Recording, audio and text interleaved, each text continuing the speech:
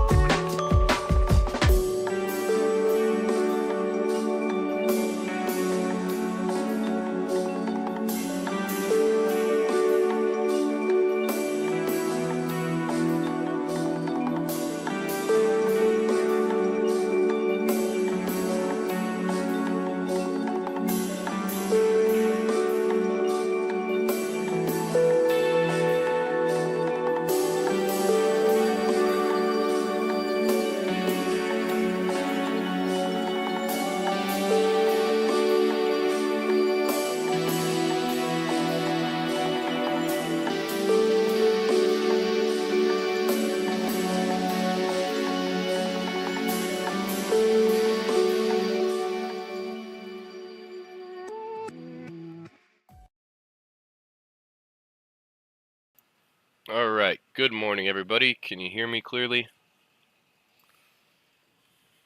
Let me know if you can hear me. And I will get started with the live stream today. Hope you guys are doing well on the Monday morning. Let me know if you can see the charts clearly. Awesome. All right, let's see who's in here. Good morning, Marco. Good morning, Algo Trading. Good morning, Muhammad. Nikolai, Will, Zach, P Trader, Chromebook, Flatwood, Tom, Poe. Good morning. Good morning, everybody. Awesome, thank you. Good morning. Hope you guys are doing well wherever you're at. Good morning, good afternoon. If you guys can just like the video, if you would share it as well, I'd really appreciate that. Hopefully you guys saw the new thumbnail and kind of a couple new things on the title. I thought it would be a little bit more eye-catching, I guess. I just wanted to switch it up from the green. Let me know if you guys like it or not.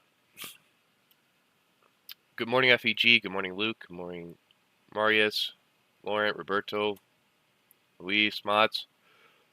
Vigo, good morning. Excuse me if I do sniffle. I got a little bit of a cold. All right. So, did you guys put a 1 in the chat? Did you watch the weekly forecast yesterday? Because I don't want to talk about everything without, obviously, if some haven't watched it, then I'm going to have to go over it again.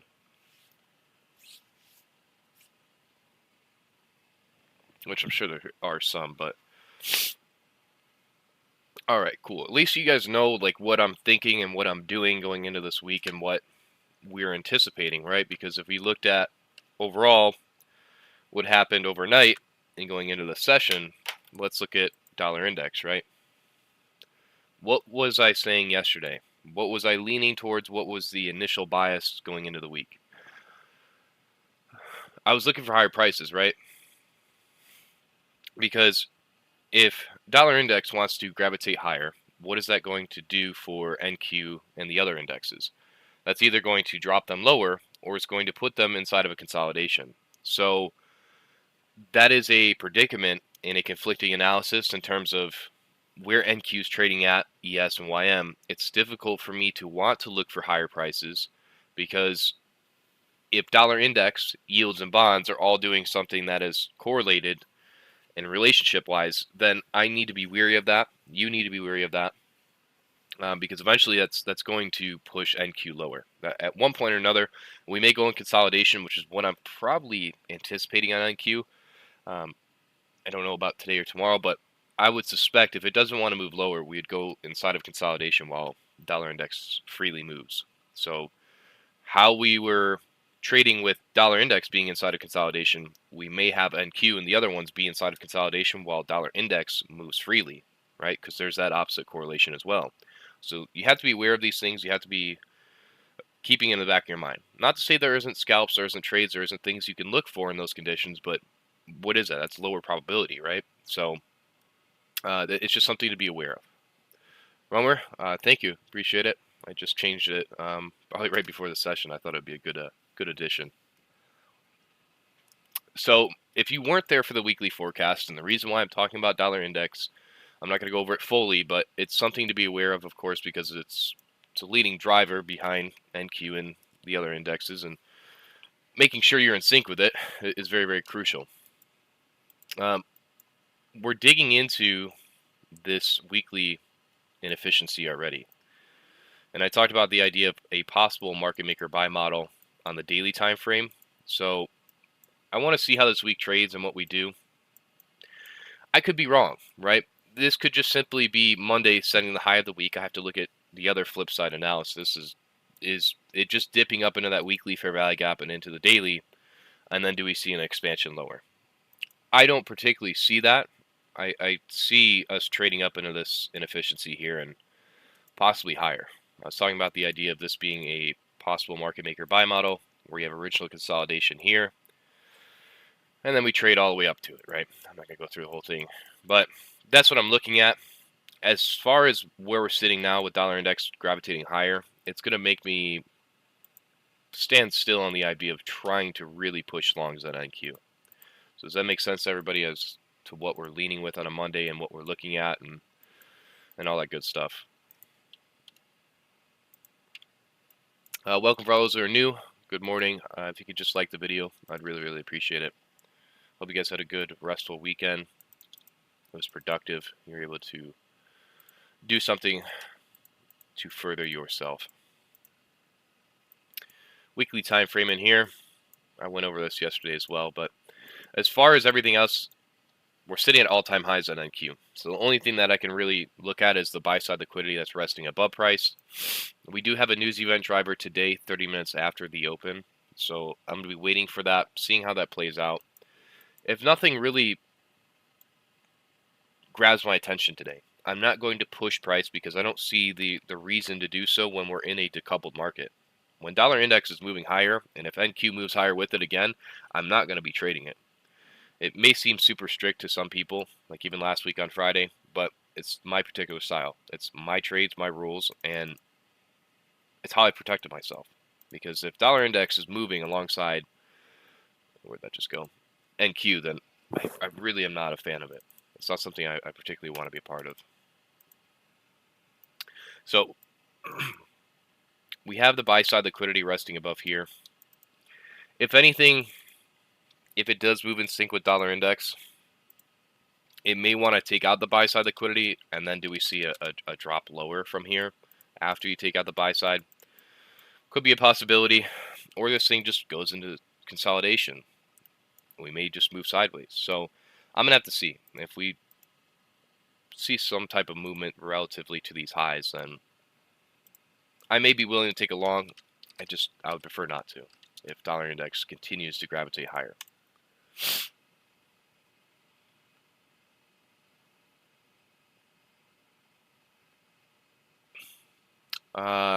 Yeah, I mean, there's times where dollar index is just decoupled away from it, and sometimes it's a little bit difficult to trade like that in a decoupled market. The only way I've been able to utilize that is basically just disregarding dollar index, which I don't like to do, and just looking at the draw on liquidity on NQ and simply trading that draw on liquidity. But again, to me, that's ignoring some type of information. That's ignoring some type of analysis that I obviously have. So I could see clearly if I wasn't to look at dollar index and I was just to look at the lens of NQ and where it's at, I would like to believe we're going to run for the buy side here. That, to me, that seems the most obvious answer, is to look for the run into buy side. But if dollar index continues to gravitate higher, I'm just curious to see is if we take out the buy side here, do we see a drop lower after? Well, we may not. I may be wrong. So again, I try to keep an open mind to things. But if you're wondering why I'm a little bit hesitant to call longs and why I'm hesitant to push this, is due to that dollar index. If dollar index was clearly one-sided to the downside and we were clearly bearish, then I would be full margin longs. I'd be telling you guys basically right from the open, look for longs. We're gonna run for the buy side. It's fairly easy, but that's something that you're not seeing in the chart. People ask me what's a high probability setup, what makes a high probability condition. It may not be on my chart, it may not be on the execution, but I'm keeping in the back of my mind, like, what's the correlation, what's the relationship with dollar index, bonds, yields. Same thing you saw me do with the weekly forecast, but you just don't see it on the chart. But those are all the things that we're keeping in the back of my mind while I'm trading, right? So we just opened up here. Let's go down some lower time frames. This is the current new week opening gap here, the neon shaded area. Let me split screen this.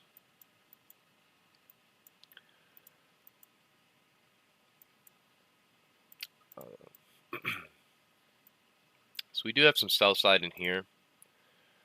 I'd prefer it, if anything, just to gravitate towards the highs, but again, dollar index is, you get the point.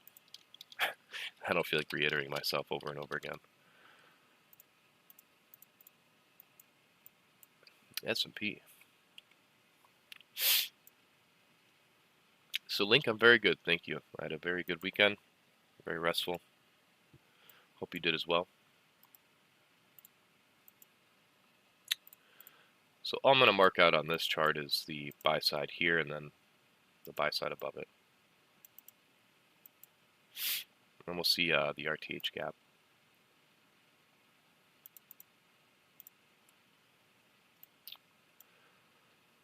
And you can extend these new day opening gaps out. These ones in here.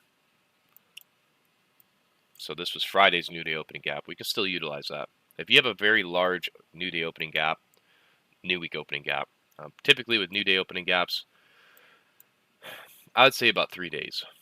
You can see in here how this is Tuesday, and we referred back to it on Friday.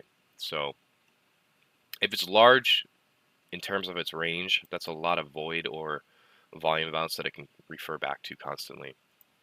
I think new day opening gaps, new week opening gaps are beautiful. This one that we're sitting on, I'm going to actually eliminate that. I'm going to go down to 3, which should take that away. Good morning, everybody who just joined. If you can like the video, I'd really, really appreciate it. Let me get some other charts up in here.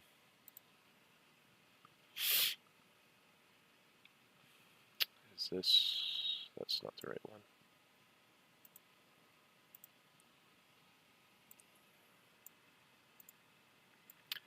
Let me take a look at the S&T chart, see where we're trading at. So this is pretty classic on a Monday, where look at your YM chart and look at the relationship between ES and NQ. I've talked about this on last Monday. Monday, usually right from the open, the market's typically usually decoupled. At least that's the phenomenon I've seen. If you can see what I'm trying to get at here, YM is making a new low while ES and NQ have not made a new low. So YM is trading off lower while those two have not. So it's just a could be just a simply bullish SMT, but you have to be aware of that, especially with everything else that we're aware of with dollar index and bonds and yields. Let me take a look at dollar index where we're trading. So dollar index is still gravitating higher.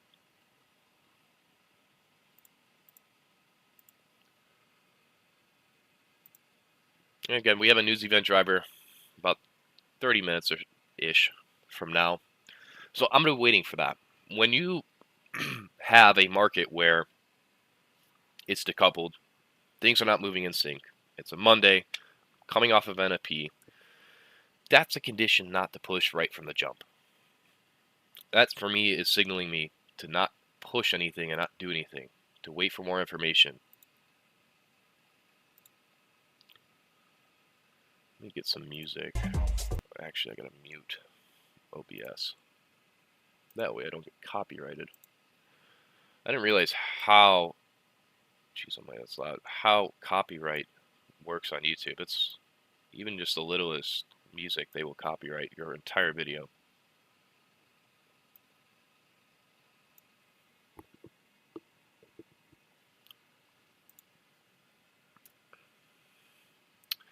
How can I double chart in TradingView?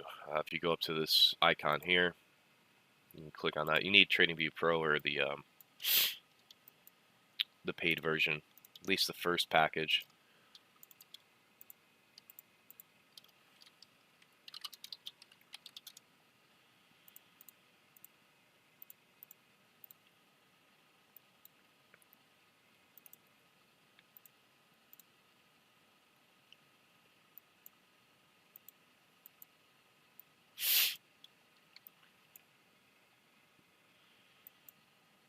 So you can see the rejection off the new week opening gap, the CE of it.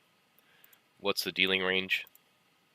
Currently from that low up to that high there. So we dropped down into a discount, took out internal sell side liquidity, then gravitated higher.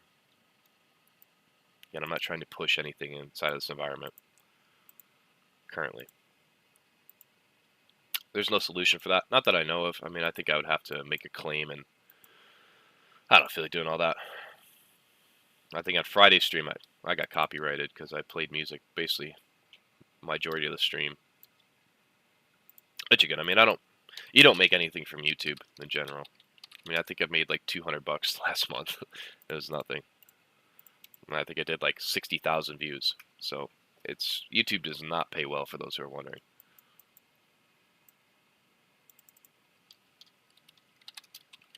If they did, obviously pay well, and I'm just full-time stream all the time.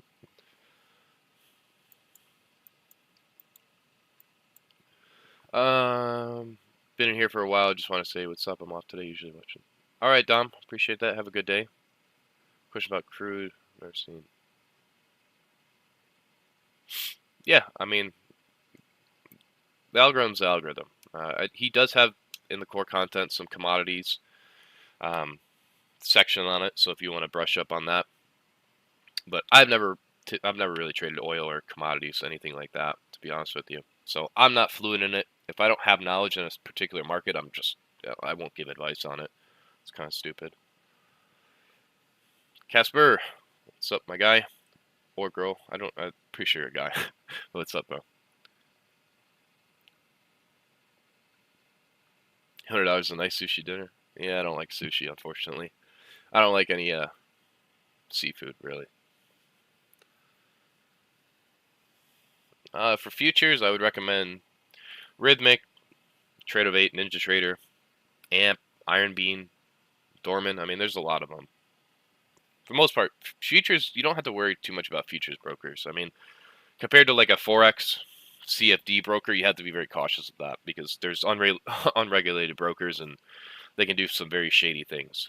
But futures is very professional. It's for the most part, can't really be manipulated. We all have the same price feed, but on Forex CFDs, you have different price feeds, different prices, spreads are different, etc.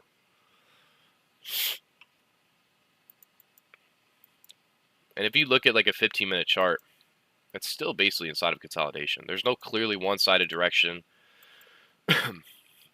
With the decoupled market off of Monday, off NFP, everything else I'm have stated. Does this seem high probability to you guys? Is this something you want to push right from the open? No. So it's the reason why I wait for the silver bullet majority of the time. I mean, let alone if silver bullet wasn't even like a model, I would still be waiting basically the first 30 minutes no matter what, because typically this first 30-minute range is pretty sloppy. It's usually not really clearly one-sided. It's not directional. So just waiting that first 30 minutes, it helps you get a read on the market. Yeah, I mean, we're inside of this small inefficiency here.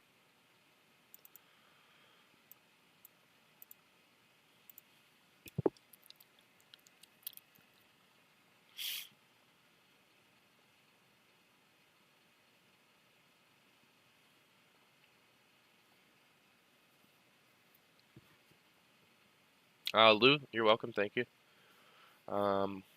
Elite, yeah.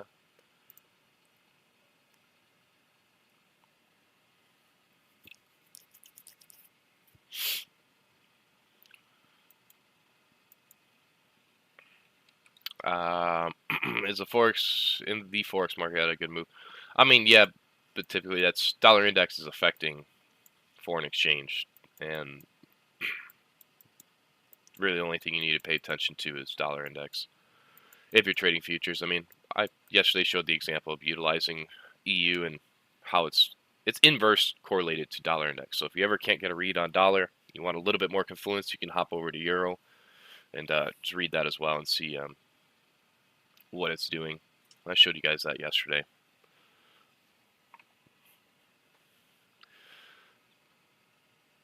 Gordon, good to see you this morning, of course. Yeah, Powell was speaking basically right at the open yesterday, which was a little random on a Sunday. Yep, so we have news in about 20 minutes or so I'm just going to be waiting for that. RTH, thank you, Will. Sometimes I forget, and you guys, for the most part, remind me. It looks like there is no RTH gap today. The reason for that is if you look at the close of yesterday and the opening price of today, they were basically the same. So no RTH gap today, so we're not going to utilize that.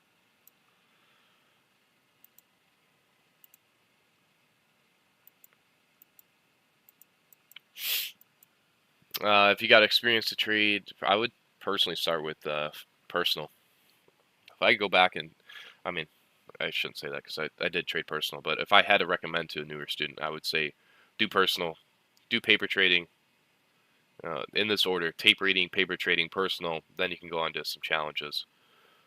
That's the way I would do it. Most people go straight to challenges, no tape reading, no paper trading, straight to challenges and gambling. And then they create terrible habits and they have to work themselves out of it.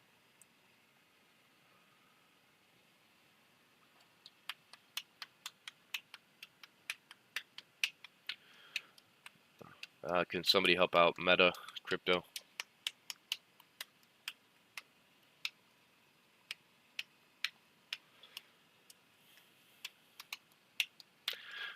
Emmanuel, what's going on?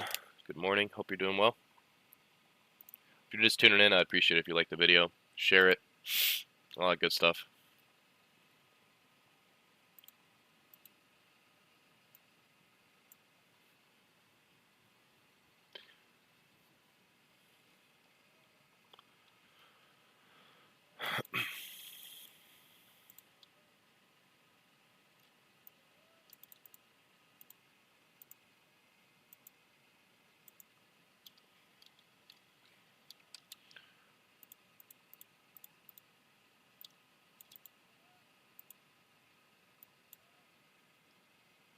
Thank you, Kevin.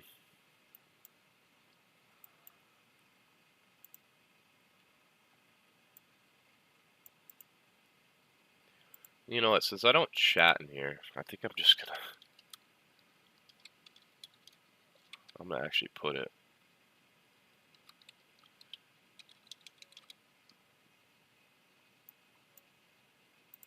That way, if anybody asks about this indicator, I'm just going to simply have it copy and pasted, and I can just send it in here.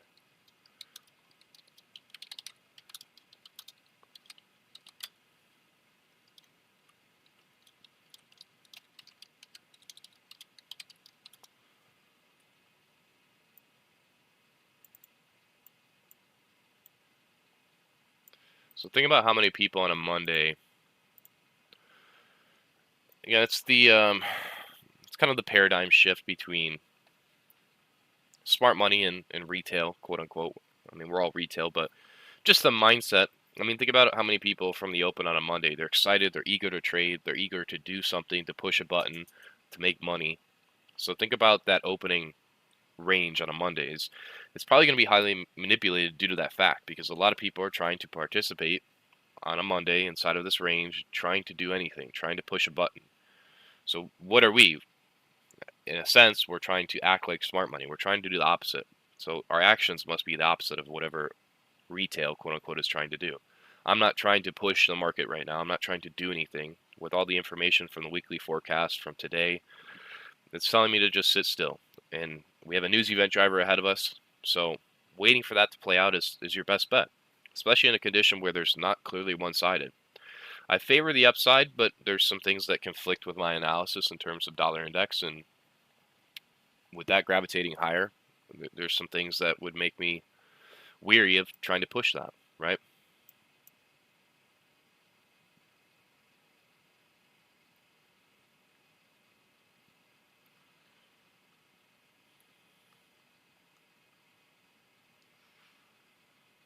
Um, do you know if one of the brokers? No, I mean, pro brokers. There's only one broker out there, and they just introduced it, which is Awanda, and that's a forex. I mean, funded companies use those brokers, but like 95% of brokers, they don't have funded programs.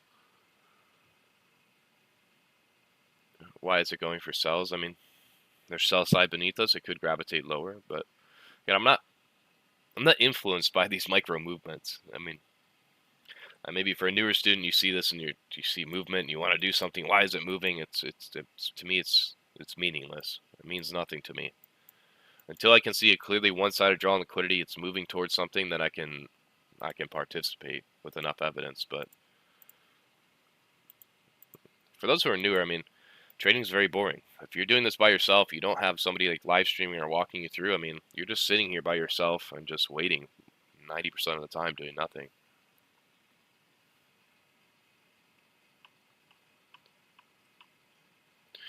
Do we always need to wait after high impact news? Not always, but for my particular style and what I've seen, the best, highest probability is to wait for those to play out. Because I'm never fearful. I'm never fearful if a news event driver plays out and it goes to where I was thinking. I mean, majority of the time, there's going to be an entry. We have so many tools that I can enter in the market. So I'm never fearful. If I miss some part of the move, who cares? Like, some of you want this, you want the full moves, you want everything, you want the whole 9 yards. But I only want a small piece. I just want I want the low hanging fruit. I want to get in, I want to get out, and that's it. You don't need these full runs. Like, I get that question a lot about news event drivers, and really what that's asking is, I'm fearful of missing the initial move. Really, is what's being asked.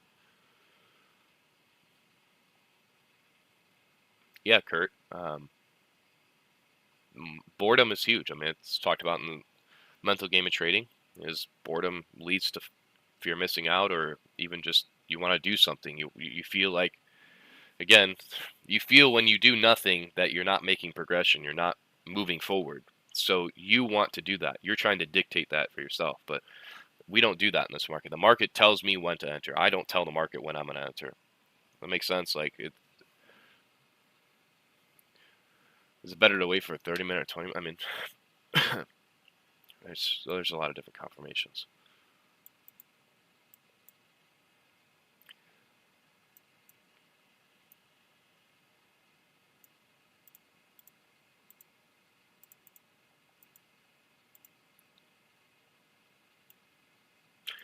Yeah, I mean, if there's a news event driver ahead of the macro, I mean, most of the time it's probably not going to do anything up until the news event driver.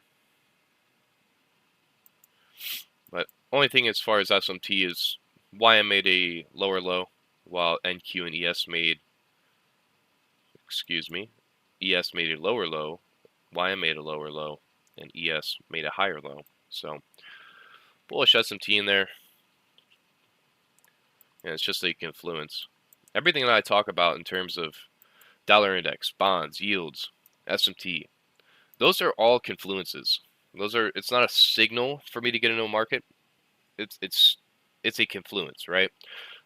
But if I have all those confluences and they agree with the model that presents itself, so let's say everything agrees in terms of dollar index, SMT, and then my model prints and it agrees with that, that to me is telling me it's high probability. That's an easy formula.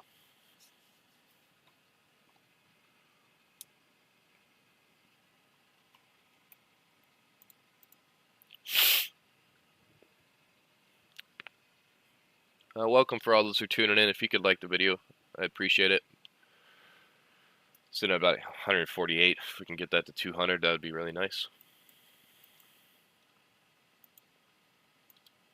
So just a general question, would you want to be participating in this opening range?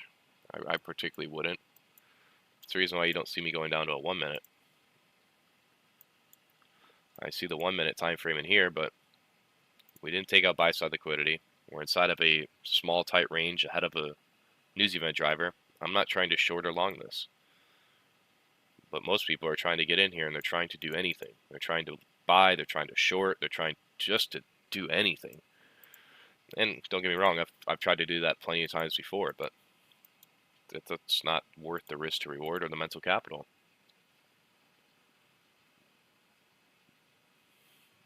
Mods, no, I don't. I don't know the calculation for YM because I don't trade it and never have. I'm sure you could just use the risk reward tool or just put a couple paper trading positions on and move the stop loss and take profit around on both and see where they match up.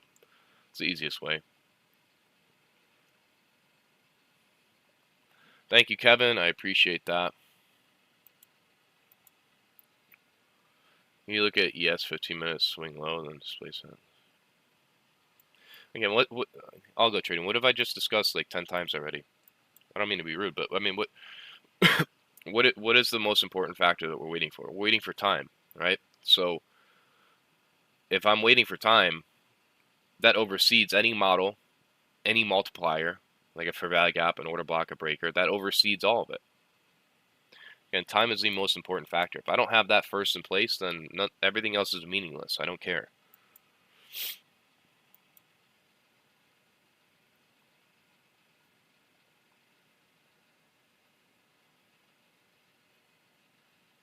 Exactly, Harold. Like, yeah, I could have a 2022 model, but that forms before the open. It's like, well, that doesn't. I mean, there can be situations where that works out, but again, time is the most important factor. I have to wait for that, and if something forms after the time zone that I'm looking for, then that model would be valid.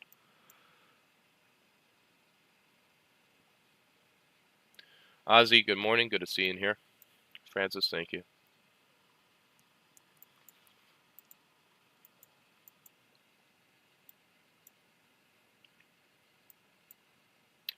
We're kind of just trading in between this premium SIBI, this discount VISI in here, and then the new week opening gap. So it's kind of in a range. If you're ever in a range like this, it tells me not to do anything. That's what it's telling me. Don't push the market. Don't do anything. Oh no, I'm going to miss a 20 handle move. I don't care. I may be too blunt for some people, genuinely. I know my tone sometimes can be a little too much, but I think it's the only way. I mean, it's what I would like to hear. I mean, I know I asked some really, back then, some stupid questions, naive questions, and I get it, and it's not trying to be harsh. It's just, if I had to, like you said, an older brother or somebody that was teaching me this, I mean, I'd want him to be as blunt as possible and just tell me, man, just what I need to hear, not what I want to hear. I'm not going to sugarcoat anything just to be nice. But looking at the daily time frame, I mean, the range today has been significantly small, right? Haven't done much. We'll see how this news event driver plays out and what we want to do. There'll be a huge indication to me as far as once that releases where we want to gravitate towards. If we get a huge displacement higher, more than likely we're going to want to gravitate towards the buy side liquidity pools. That would be my idea.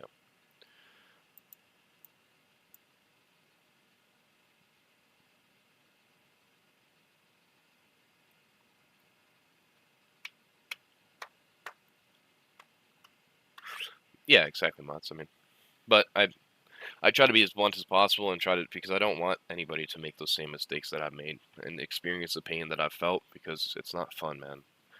I think 90% of people, if they experience the pain that I've felt, they would collapse and never try to do this again, because times it was unbearable. It was awful. Losing repeatedly over and over and over and over and over and over and over for years on end is not fun. That is not something that's good to your mental health.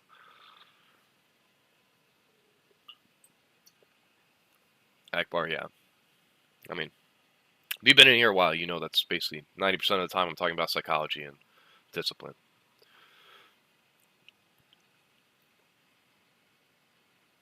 Good morning, Bove. Good to see you in here. So we have about 5 minutes till the news event driver. I'm just chilling out, waiting. I have no opinion. I have a side out elect to believe is going to run for, but if I don't get that, then it's fine. I don't care.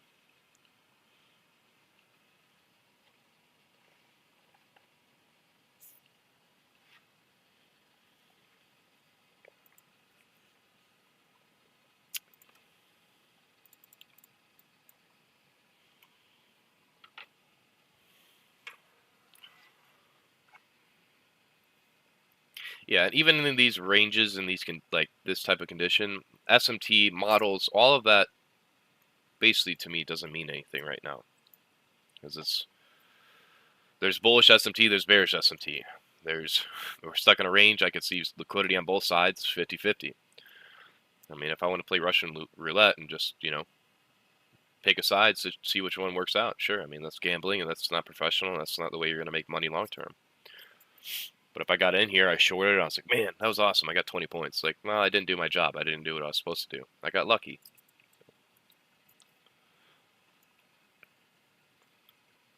Wolf, I did. Thank you. I hope you did as well. Hope it's not too late over in your time zone. Inner Circle J, what's up? Good to see you. Romer, I appreciate that. So I will go down to a 1 minute just to show you what is happening down here.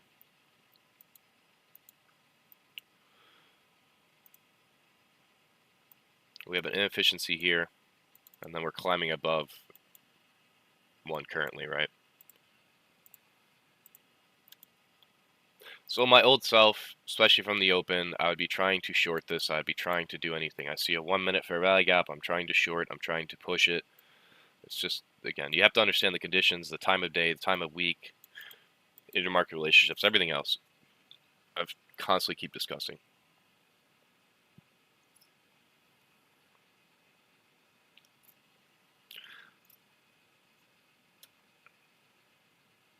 How do you determine premium discount arrays? Just looking at the dealing range, whatever dealing range it's in, then I'm able to determine, is it discount, is it premium? Anything above price is premium, anything beneath price is discount. That's the easiest way you could look at it.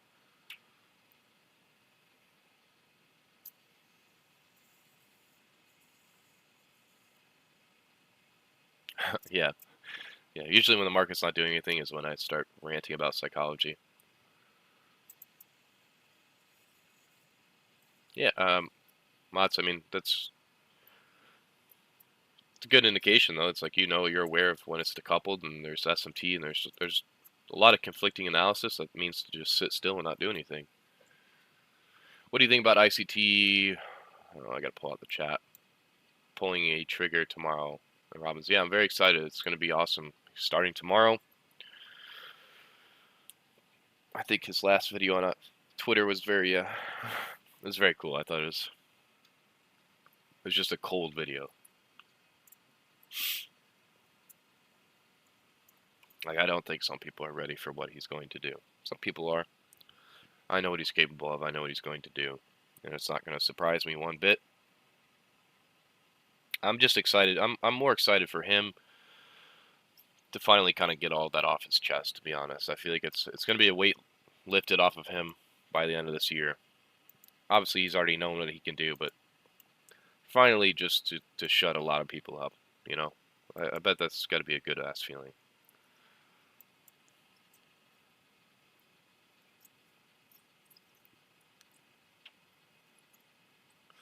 Alan, my advice is to run as far away as possible from crypto. Run far away.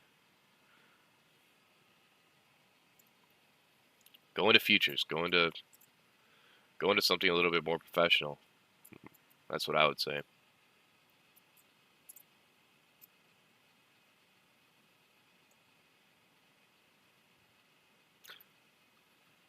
Yeah, I mean, I think ICT will trade other things than the silver bullet. I think he'll trade PM. I think he'll trade before the open. Just knowing him, I don't think he's going to leave money on the table, especially in this competition. Just knowing him.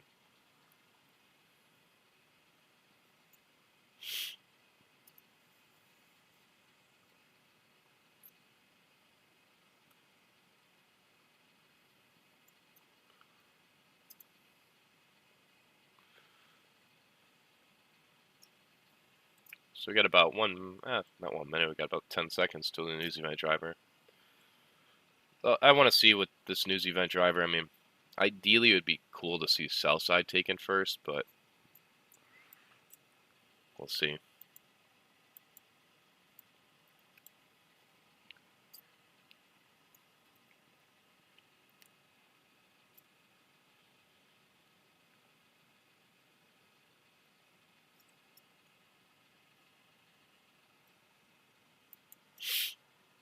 So YM's making a significant drop lower than ES and NQ. So just annotate that on your charts.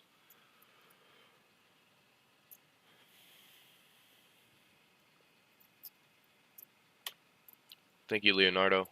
Yep, if you guys can like the video, appreciate it.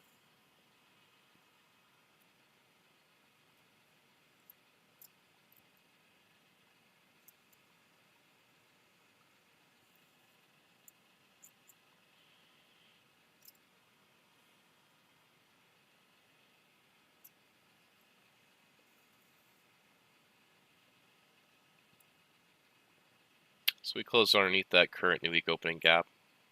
As far as just tape reading, I'm going to see. Going to respect the new week opening gap and trade into the sell side here. Once we get underneath the sell side, I kind of have to reevaluate. I want to see, again, how far it really drops in here.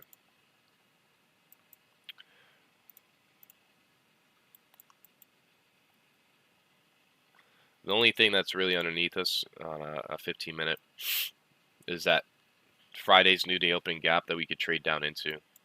So it's purple on the left chart, gray on the right, just so you guys are aware. If you look at just the 15-minute order flow, what is it respecting? That inefficiency there. Traded away from it. YM's making a really significant newer lower low, while ES and NQ are kind of struggling to make that. Dollar index is significantly moving higher. It's moving up into the daily SIBI that we were looking at yesterday. So if you go back throughout the weekly forecast, you can see exactly what I was looking at on dollar index. It's basically playing out perfectly. So that makes me extremely weary of pushing any type of longs on NQ today. So does that make sense why I would be weary of pushing a long on NQ? Because if dollar index is trading off higher, that just doesn't make logical sense, right?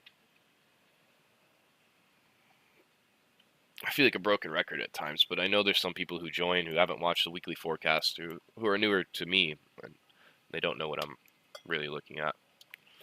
If I was to shorten here today, and that was overall kind of order flow today, I would have to see really how far I'd want to reach. So I see, just as far as discount levels, that old new day opening gap in here, and then that inefficiency down here. So just have to see. Neil, Wealth Nation, awesome, love to see that. Hope you've been enjoying.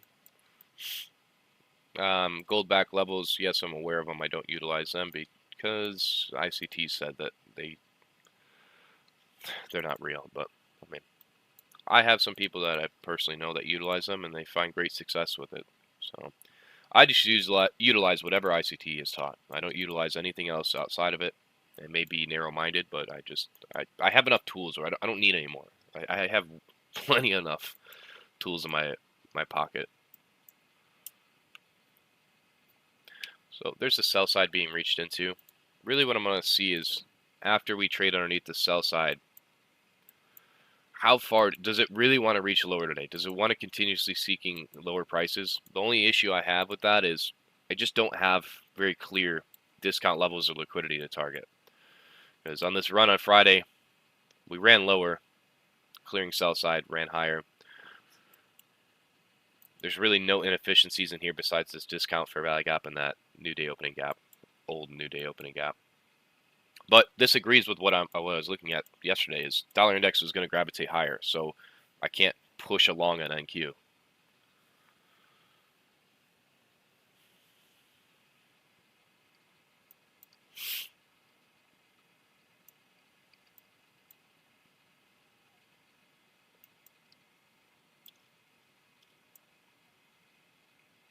Put that back, thank you. Trying to grab this horizontal line, there we go.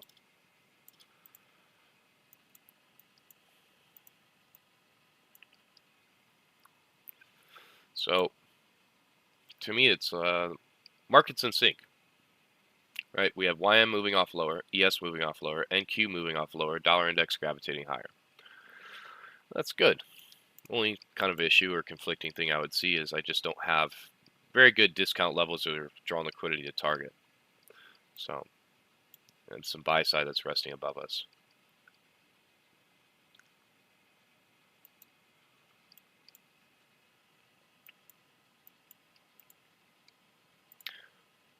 For those who are tuning in, I would let you know if I'm going to enter into a position or not.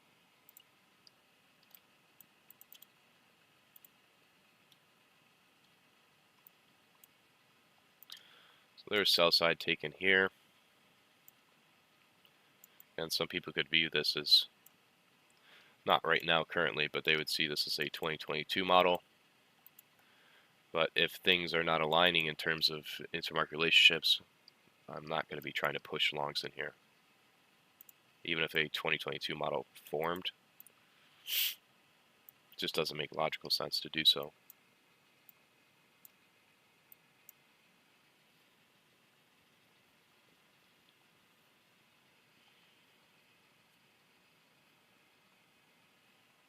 And I think if, Jay, I'm just using you as an example, but if I'm doing something on a chart and this is the thing I'm paying attention to, I'm going to stay on that. If you have personal requests or something like that, I mean, that can be after the stream or at a later point.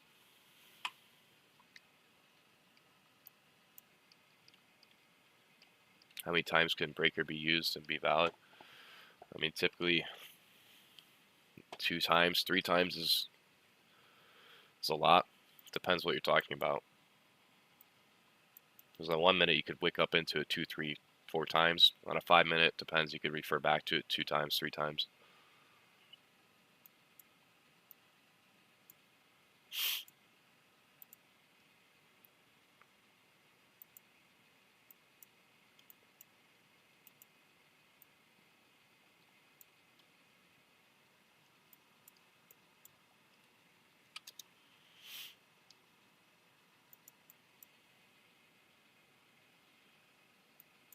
So what's that down close candle there? Is that a breaker or is that a mitigation block?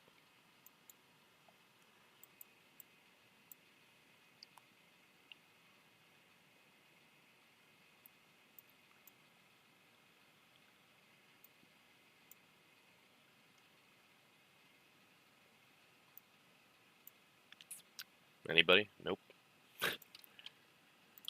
That is a mitigation. Thank you.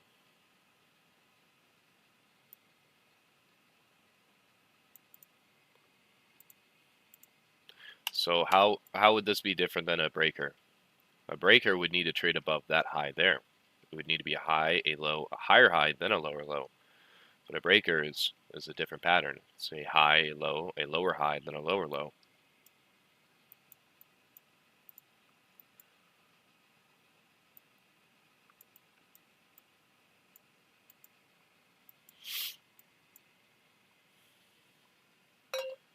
ICT took the NQ short out of a BISI. Awesome. And you'll reach a point where you generally don't care what ICT is doing. You don't care what anybody else is doing. It means nothing to me.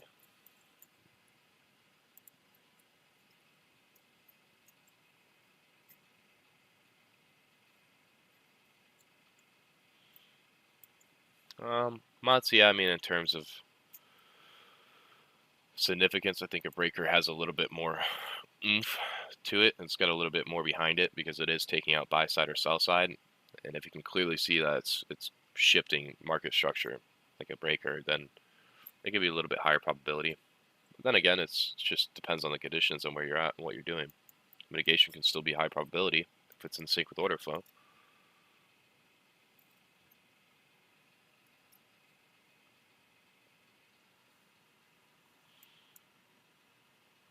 Yeah, I think ES and NQ are relatively the same. I mean, YM is the weakest currently. It's trading off the lowest. What are the rules for mitigation? I mean, yeah, putting your stop loss above the mitigation blocker if there's another inefficiency there. It's another confluence.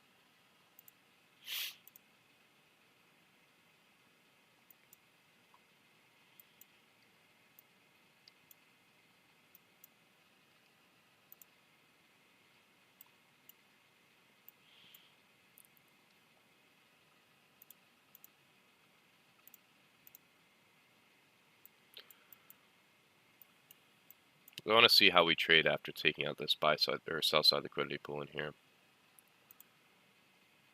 Because we're still inside of a couple higher time frame parent bullish PD arrays. With this 4-hour inefficiency in here. Still trading inside of that. 1 hour. Drop lower, taking out sell side. So I'd really need to see some displacement in order for me to want to look for shorts.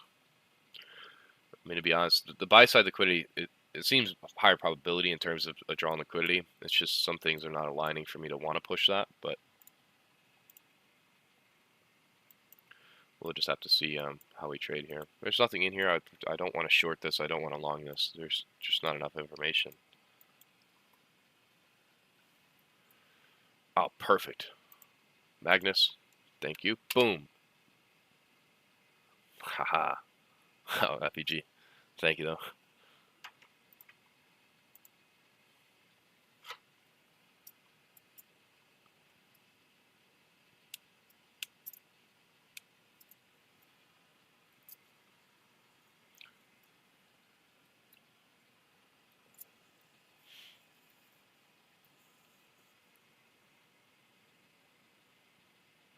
CJ finally did it, yeah.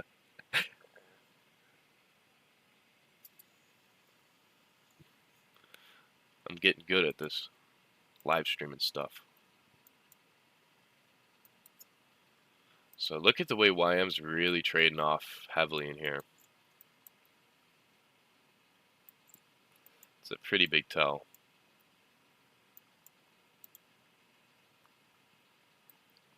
Looks like, yeah, US 30 really wants to run for its low, or YM. So what is that kind of telling us? That NQ is probably going to follow suit with it.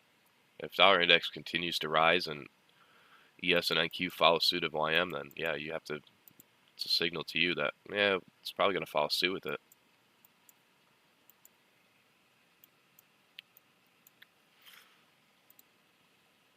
So bearish order block there.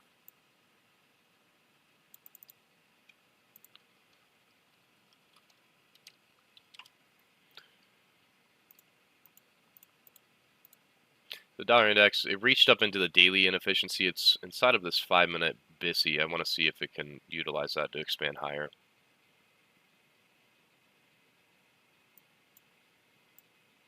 Ralph, yeah, I have a widescreen, so it may be a little bit different looking than some other live streams or videos because the resolution is different.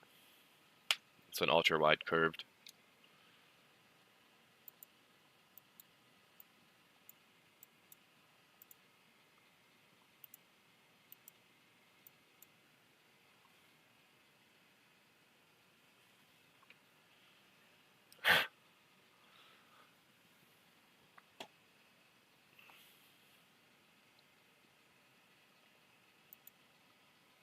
Yeah, I mean, I have my setup somewhere on Twitter if you care to look at it. If you're newer and haven't seen it already. Not that it really matters, but I know people ask a lot. Accidental, I think it's 34. I want to say 32 maybe.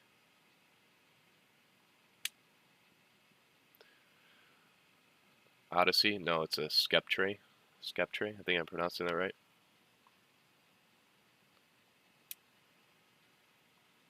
That's the only reason I'm not consistent. All I know, you can find it on Amazon. It's called Skeptray, SCEPTRE. It's just a ultra wide curved. It was like 250 bucks or something. Welcome for all those who are joining. If you could like the video, I'd appreciate it. So from here, I want to see, can we gravitate towards into this new day opening gap? Old new day opening gap, that is. So right now, I'm not interested anymore probably in taking any longs today. I don't see that as a viable option. If YM continuously, it made a new low in here. So that is a huge tell. Especially with dollar index gravitating higher, as we discussed over the weekend. Nothing would align for me to want to long NQ. And it's such a great example. Like everything that I discussed in the weekly forecast, it is a beautiful example of using intermarket relationships to gain a better vision and a view on NQ and what you should be anticipating going into a new week. I guarantee a lot of you saw the buy side liquidity and were like, oh yeah, that's going to definitely gravitate towards that. But if you're not utilizing the things I talked about, then yeah, you have no field of vision of or field of view is really what I'm saying. You don't have a wide scope to look at, right? I want to see if it drops down into this new day opening gap. And then if this thing continuously, if I can see a setup that would want to really push off lower today, then I'd be willing to do so.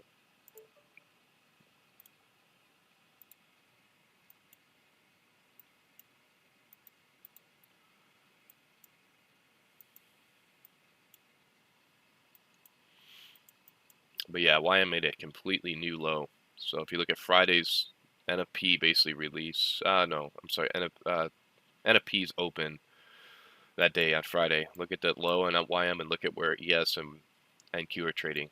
It's not even near it. Is that a bullish SMT? Yes, but that to me is just telling that YM is leading it. It's really gravitating lower. So with dollar index moving off higher, I believe NQ and ES would want to follow suit with it.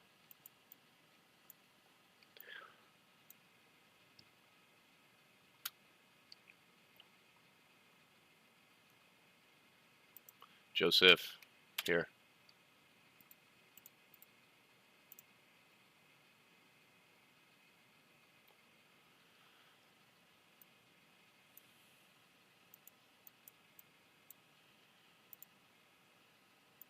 So really nice drop lower in here.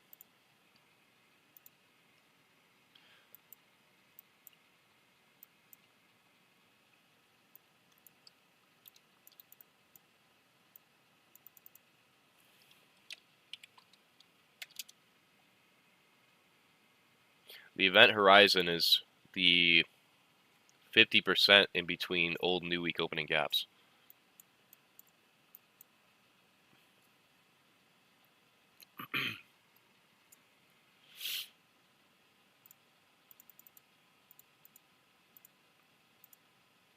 And there should be no No emotions. You're not fearful that this thing's moving off lower.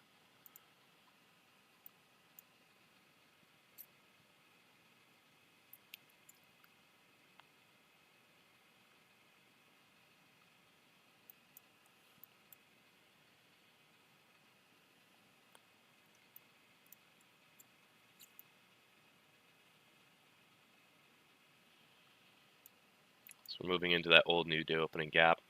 It's the C of it.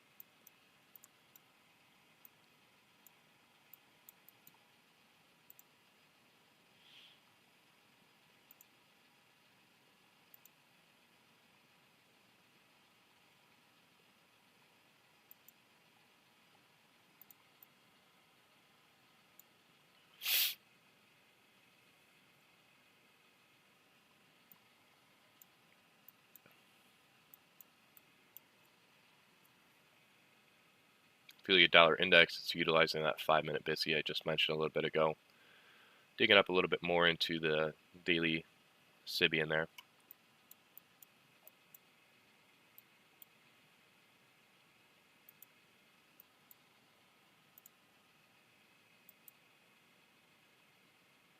So this is why I use new day opening gaps and I extend them out, because if you're not utilizing that, then you can't really see what price is trading into and reaching for.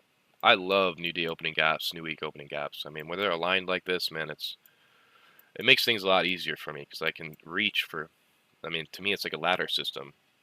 If it breaks underneath one and I see the draw on liquidity, then it's probably going to reach for the next one. If we break underneath this new day opening gap, we're probably going to want to revisit this new week opening gap and this previous new week opening gap, that smaller one, and the new day opening gap, the previous as well. So to me, it's like a way better version of support and resistance if you traded that.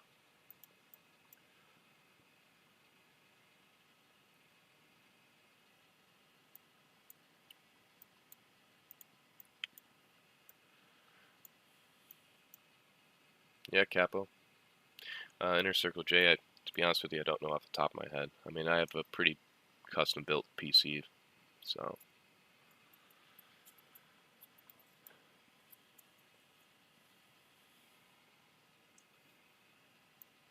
There's nothing in here I'd particularly go short off of yet. I want to see how, if the 5-minute closes, since we already did close in here. If this forms some type of inefficiency and price reaches up into it, then can we use it to short again?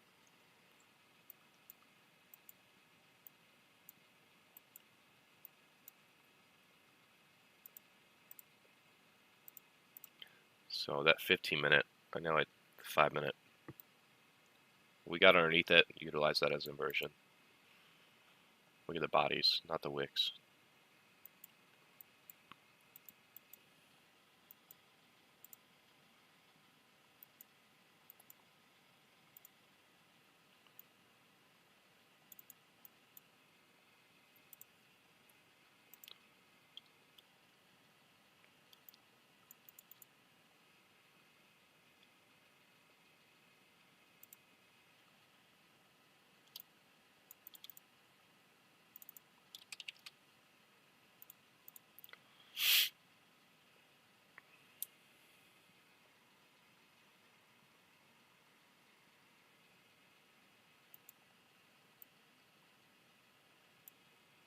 So why would I be waiting for like if price reached up into this inefficiency before creating a 5-minute? It's just kind of what I've observed. I'm not going to take a short there. I'd want a higher time frame inefficiency, like a 5-minute, to be formed in here in order for me to utilize it if I wanted to go short. I mean, YM did make a lower low, so you have to annotate that. You have to be aware of it. On one side, it could be bullish S&P. On the other side, it could just be leading NQ and ES. So I want to see how we trade since we've gotten down into the CE of this new day opening gap. I want to see how we trade out of it. If there's just a huge spike higher, then I may not want to be shorting that, but if just a decent retracement forms an inefficiency in here, probably be willing to go short. So from that low, if it forms something like this, next basically 2 minutes, may want to dig up into that and then drop lower again.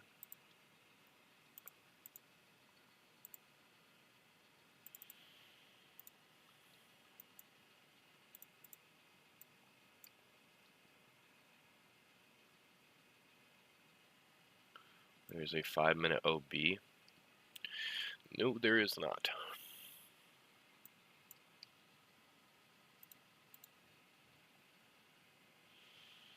Got about 512 viewers in here. If some of you haven't liked the video, if you could like the video, I would appreciate it.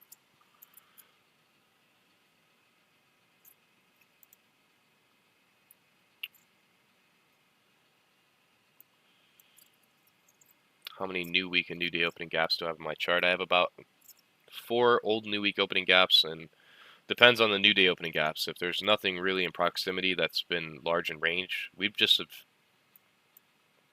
ironically have had, 2 or 3 really big new day opening gaps. So if there's big in range new day opening gaps, I extend those out maybe 2 or 3 days. If they're very small in range, then I don't extend them out.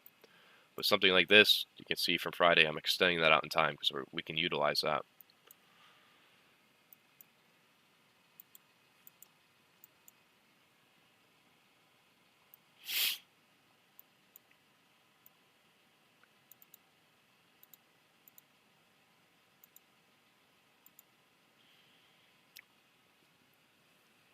So this is where I'm kind of shifting through 1, 2, and 3, and 4.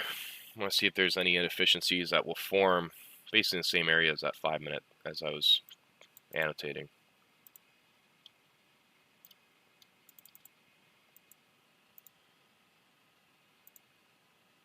Let's see how the 15-minute looks. The only issue I have with shorts, again, this is sort of conflicting, is we're still in a bullish dealing range, right? So from that low to that high, still inside of a bullish dealing range. YM made a new low. So there's a little bit conflicting. I'm not going to go into it, but dollar index, yes, I see that gravitating higher. So I would prefer if NQ continued lower, but you see there's sometimes with your analysis, there's some conflicting patterns. There's conflicting analysis, and to me that means either sit still and not to push price. They seem like a lot, but for me it's how I'm reading it.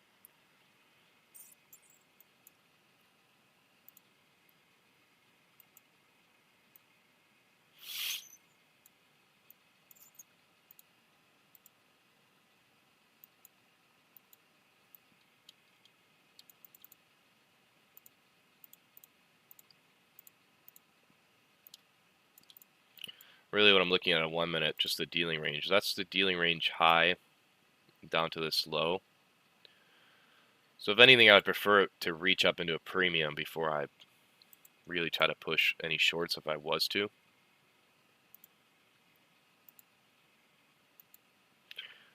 Jasper, I'm just trying basically in real time. You're seeing me do this. I'm trying to gauge, is it really going to want to drop lower in here? As I just discussed, there's something that's just conflicting with me that's...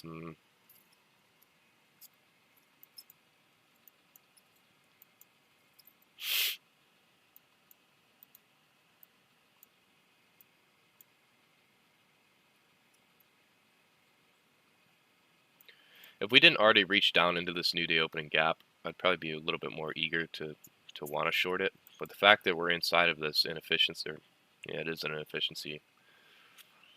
It could utilize it to move higher, but again, I'm fine even on Monday not taking anything. If I'm not certain on a trade, man, I'm not trying to do anything. And I don't care if I miss things. Like I know on a Monday I'm tippy-toeing. I'm being very cautious.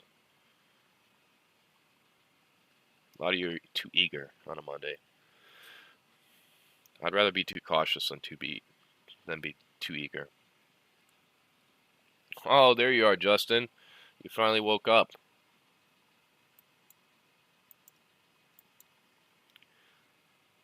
You know when we live together, I'm coming into your room and I'm slapping you. There will be no escaping my wrath.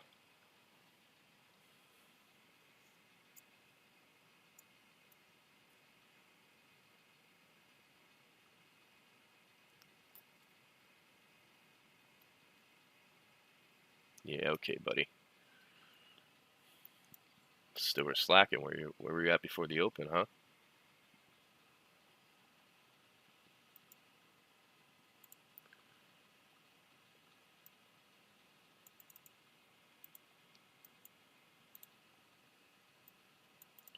So there's a small inefficiency in here. I just want to see, will it utilize that?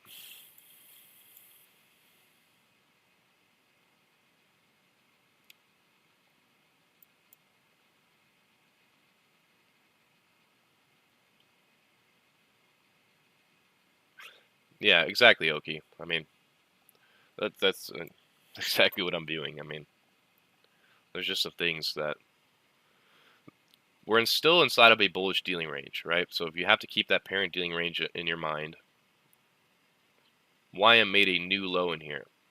So that's a bullish SMT because ES and NQ have not made a new lower low. Dollar index did reach up into its premium SIBI. So it could sell off from there, and that would gravitate everything else higher. So I'm just being cautious of the idea.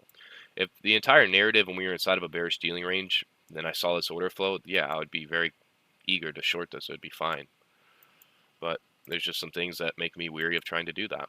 That's me in real time. You're seeing me delegate or either disregard or figure out, does it really want to drop lower today? Is that really what it's trying to do? Because we've already reached underneath sell side here. We reached into a bullish PD array there inside of a bullish dealing range.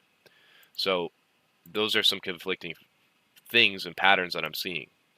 If it's not clearly one-sided, then I'm not going to take it.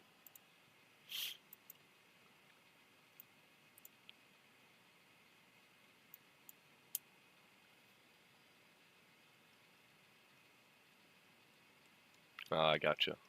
I got you, Justin.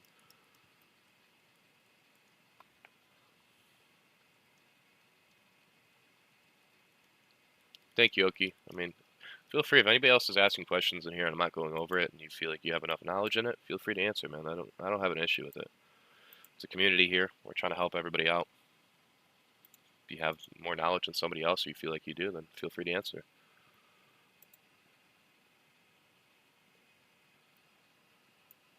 But hopefully you're seeing it in real time. I mean, even if things sold off, I wouldn't be mad or upset at myself by any means. I really wouldn't.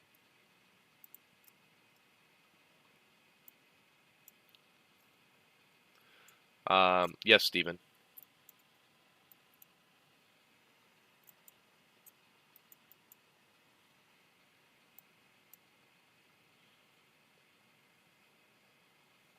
New day opening gaps, it depends. If the last 3 days like we've had, they're very large new day opening gaps in terms of the range, then I will extend out 3 of them, maybe 4. But if they're just small in range, there isn't a huge new day opening gap, then I just don't utilize them. I don't extend it out. But in this instance, we've had a few new day opening gaps that are large in range, so I'll utilize them.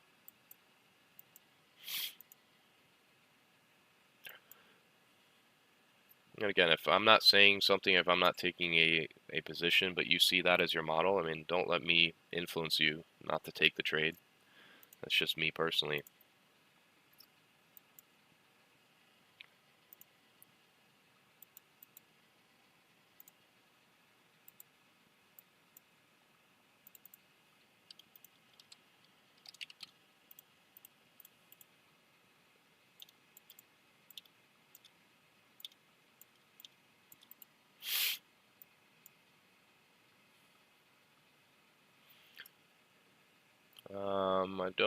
I'll just call you Ronald. Yeah, I mean, that's part of my rule set too, is like, I'm fine not taking a trade on Monday, man. I really don't care.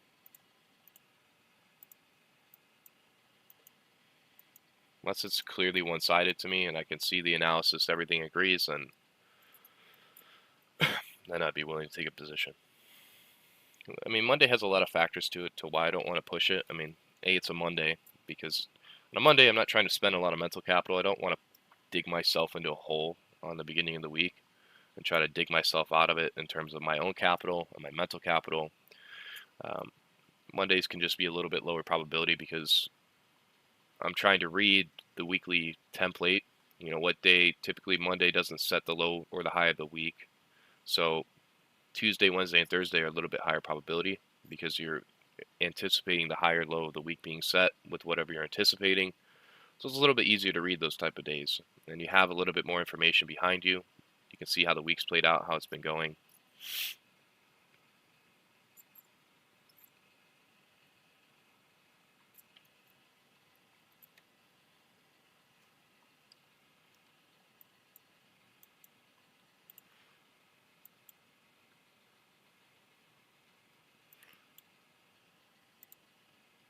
Again, you don't even see myself getting mad or upset that this thing's slightly selling off in here. Even if it did, I would not be upset at myself. I would be more upset at me, to be honest, if I took the short in here and I got stopped out. I'd be more mad at that than this thing running to where I anticipated.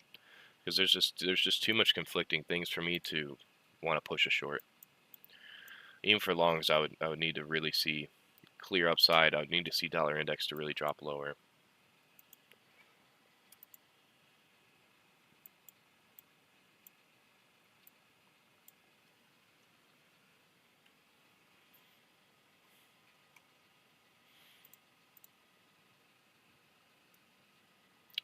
$571. It's crazy how much this stream just jumps around in views. But welcome for all those who are new. If you like the video, I'd appreciate it.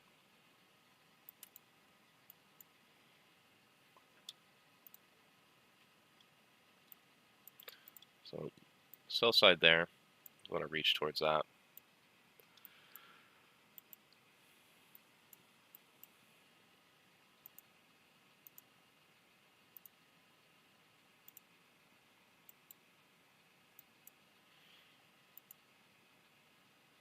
If you're not observing what I'm doing, I mean, it's such a crucial, like, I know I may not be talking about it too much. I mean, I have, but I'm thinking a lot right now. And it's exactly what I do in real time. Like, if I'm not confident in a position, like people ask me, what creates a high probability setup? Well, if you see your model and you see your setup, like I could even see that for value gap before it formed. What I'm doing is I'm trying to look at the flip side and I'm trying to see, all right, is there enough evidence for the other side that would kind of prove this one wrong?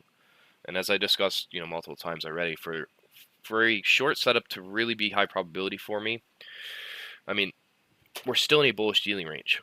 We're dropping down into that previous new day opening gap.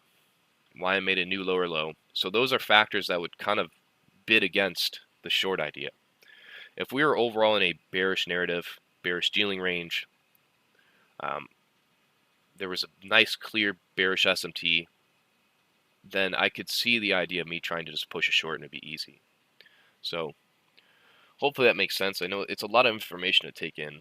You can really only gain that through experience and time, and you're constantly weighing decisions and dancing with the market, right?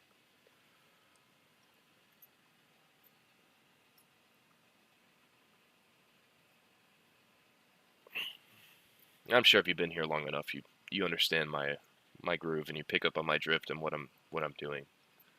And most of you are doing the same thing. You may just not recognize it. But I know for a newer student, all you're looking at is just an entry pattern. You're just looking at for value gap, and you're like, all right, this is it. It's like, well, there's a lot more to it that you're trying to negotiate and figure out.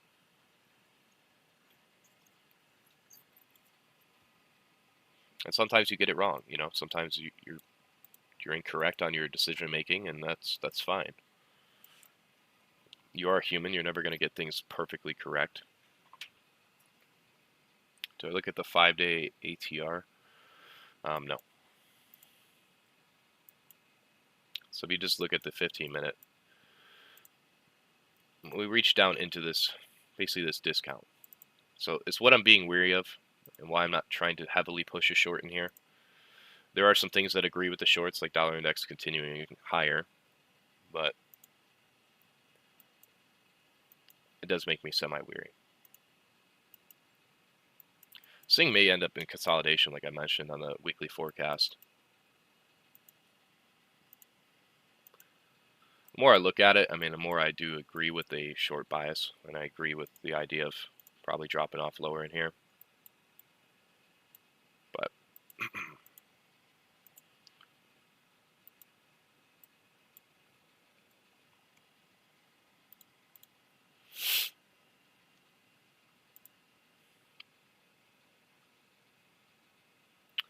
what is your scenario? I don't really have a scenario, just kind of neutral, just kind of chilling. I mean, if this thing really dropped off lower and I saw a clear displacement, we got underneath this new day opening gap, and I saw another entry pattern form for me to go short, then I would be willing to go short, because at that point it really proved to me that it really wanted to go lower. This is the only other thing that could reach into that would be basically stopping it from going higher. There's this discount for value gap down here.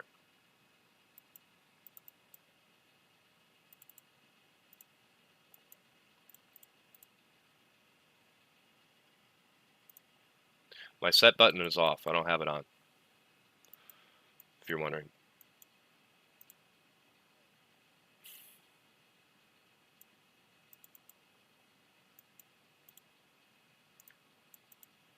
Yeah, looking at it overall, I think we're gonna want to reach lower here. So even though in here I was a little bit iffy, I'm seeing a little bit obviously more evidence now that it's really gonna want to reach lower. Am I mad or upset at myself for not taking that? No. To me, it's really clearing. It's proving to me that's pretty clearly one-sided.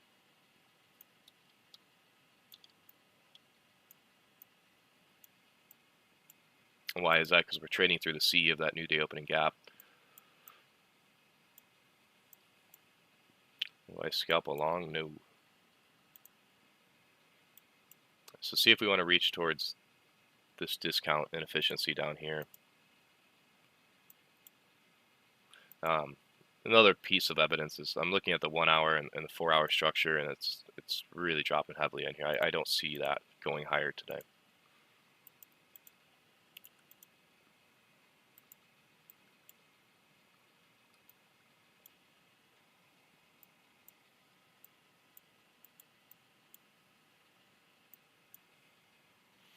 So the next area would be that 5-minute inefficiency down here. And if there's something in here for me to short into that, then that's perfect. That's fine. Yeah, I see dollar index. Dollar index is moving higher.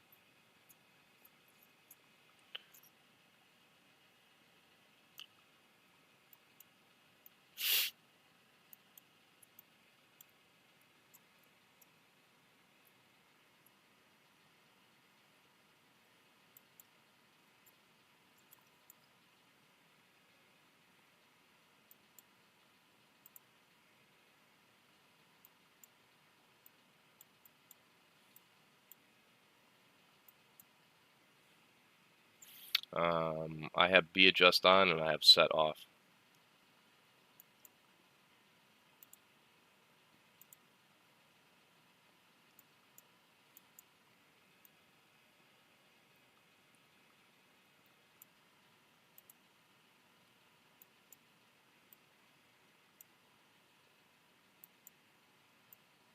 The ES selling off pretty nicely.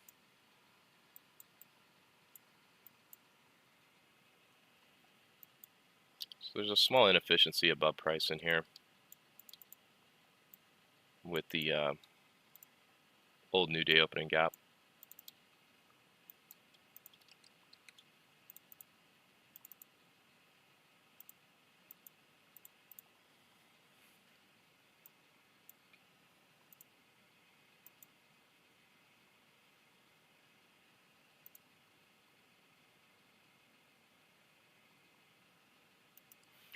Yeah, Mots, I mean, I saw the entry to go short. I think there's just, at that moment of time, it's more or less like when you're switching a certain narrative on a higher time frame or there's some things that are conflicting, it's a little bit harder to really execute on that idea.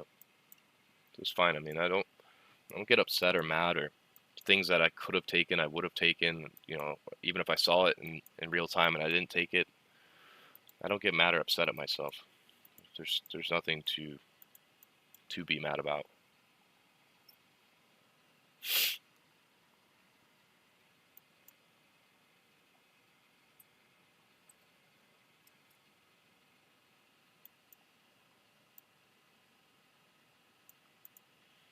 So something like this, we'll see.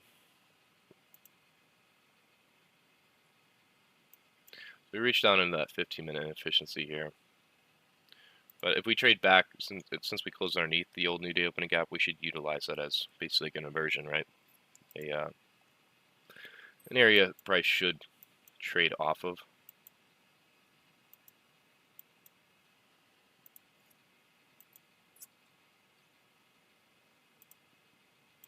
Take all these away, we're trading inside of this inefficiency there as well.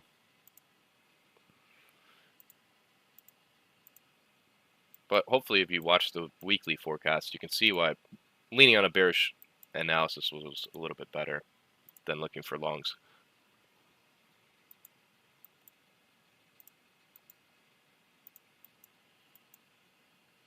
Mats, yeah, have a good day, man. At least you have the discipline and the knowledge to know to get off the charts and go do something else with your day. If you just particularly don't feel good, don't trade.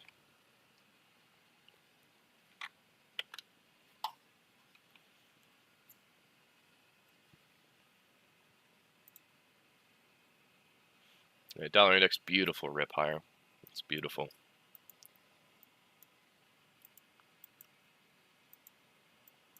So I want to see, do we trade up into this inefficiency? I mean, I would honestly set a limit here. Stop loss would go above this high, above the CE of the new day opening gap. We'd see how far I'd want to reach. I may never even tag it. I don't particularly care.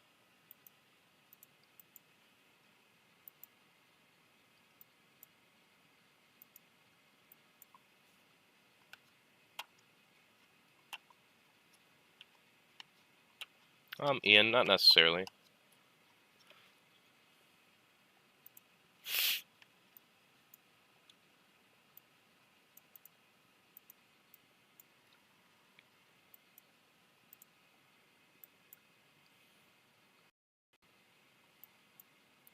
Reaching down on that inefficiency here. We are moving a little bit too late in the session for me when I'm looking at time. If I really want to carry out a trade today, I mean, got about 15 minutes left of the silver bullet. I mean, I can extend that out 10 minutes past the silver bullet window. Top trader, hopefully that just answered your question. Just so happened that I was talking about it.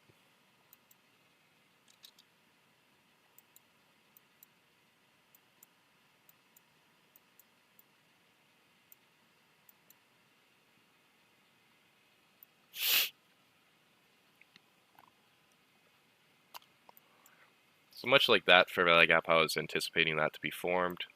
We'll see if another one forms on the 5 minute. Doesn't want to reach up into that one and then drop lower again.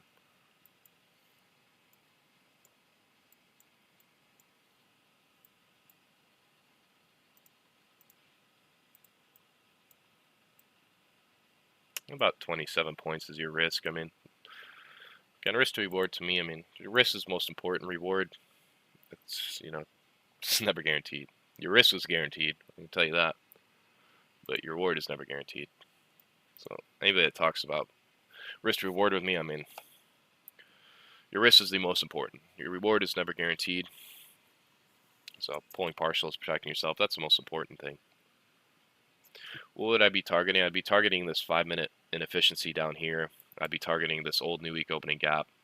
And I mean, this may not even happen today, but eventually if that wanted to gravitate lower into those old new day opening gaps, old week opening gaps, that would be what I'd be anticipating.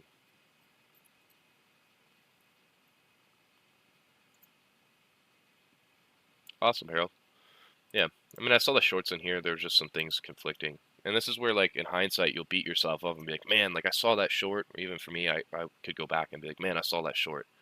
But if you don't talk about the things that were conflicting it, then obviously you're disregarding one side of the argument and you're beating yourself up for, not for nothing, but you're not looking at the full picture of what you're really trying to, you know, delegate and negotiate in real time and seeing the other flip side. I just don't think that there was a, oh, really, Danny? What the hell, guys? I mean, this is as high as it goes, so maybe my mic's just a little too far.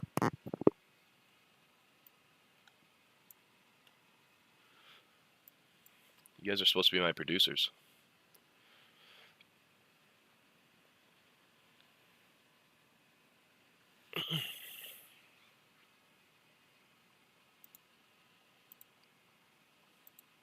Just scanning through the 2 minute, the 3 minute. Decent inefficiency there.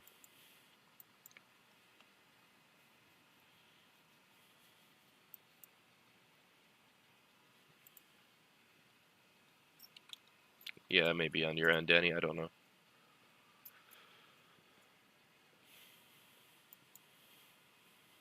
It's hard to tell sometimes. Some people say the video's not clear. Sometimes it's so.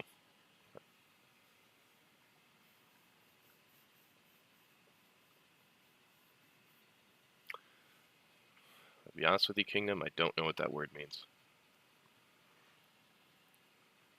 I traded fund capital with my funded futures, which I should be doing a giveaway this week. I have a call with them today, so be on the lookout for that.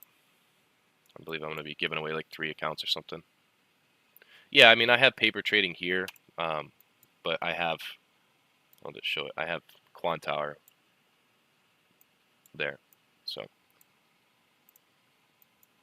But just so the viewers can see what I'm looking at when I'm trying to refer to it, makes it a little bit easier. Bart, gotcha, Flatwood. I guess I appreciate that. All right, so we're digging up into that inefficiency there. We formed a 5-minute here right inside of the new day opening gap. I prefer that it would have touched that, but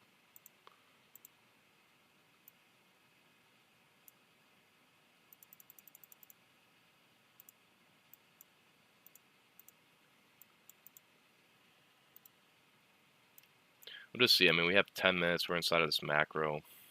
How much juice really wants to be squeezed out of today?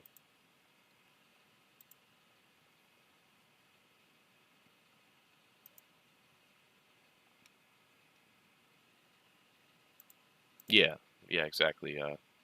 Sambata. I just do the paper trading so you guys can see like how I'd manage a position and how I'd look at it. It can be a little much at times trying to manage 2 of them. I mean, yeah, you could put your stop loss above the new day opening gap, but I mean, if we trade through the fair value gap, through even up into the CE of that new day opening gap, I wouldn't particularly prefer that. It wouldn't be a great sign to me. But again, how you manage positions versus me, I mean, that's all personal. So what I do is, it's my style. So trading is very personal. It's what you personally like as your risk and where your stops are, and etc. etc. Again, you see in here how it tagged the fair value gap. I'm not trying to chase that. If it left without me, then it is what it is. I'm not going to chase that and get a worse position, because it could easily run back up into it, and that'd be fine with me. If it dropped off without me, I also don't care, because I'm following my rules. I'm not chasing price.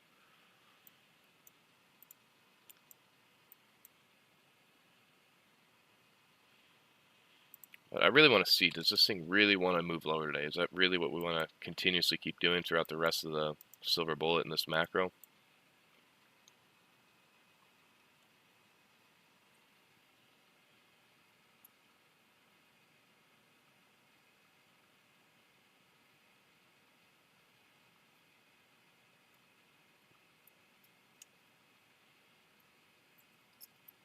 Look at the profit target in terms of USD, the number. Oh, yeah, get that out of here. 67.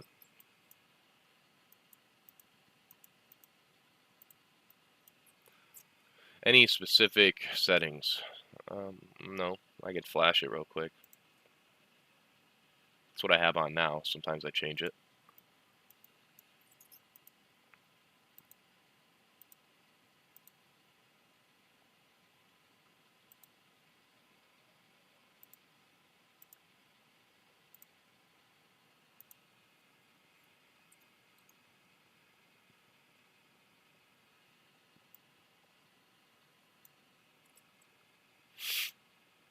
What do I think about the minus order block, which has some equal highs above them?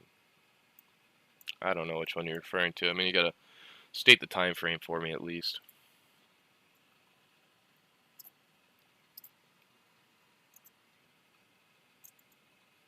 But it's a really good sign the dollar index is continuously driving higher per the weekly forecast. I mean, that's all annotated. You can go back and watch that, what I was looking at and referring to.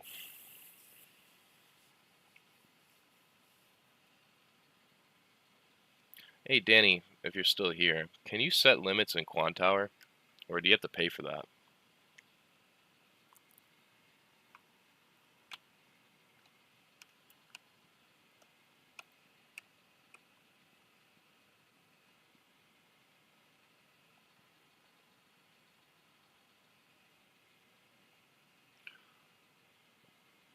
I wouldn't really consider that an order block.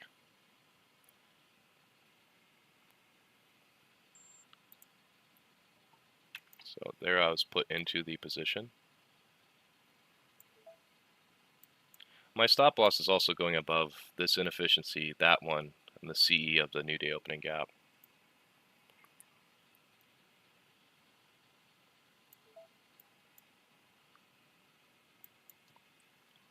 Yeah, Danny, like how TradingView you just set limit orders, because I hate market executing. What do you mean accidental? Here's a signal, bro. I know that's what you're here for. You don't want to learn.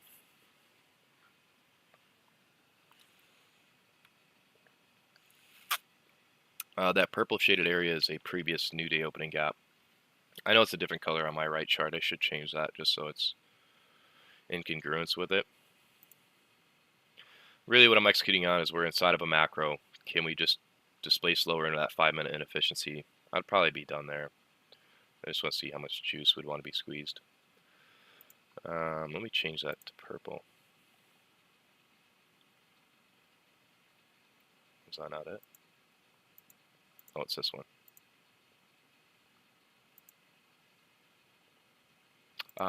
Yeah, on the top right corner there should be a mouse icon where you can set. Let me look at that. Hold control. What does that just say? Hold control to place more. Okay, I'm not going to do that right now. Oh, jeez almighty, please don't do that. I'm not going to touch it. I think I'm going to set an order on accident. I don't do that. But thank you, Danny. I appreciate it. I've been wondering that. I'll do that another time and see how that works out.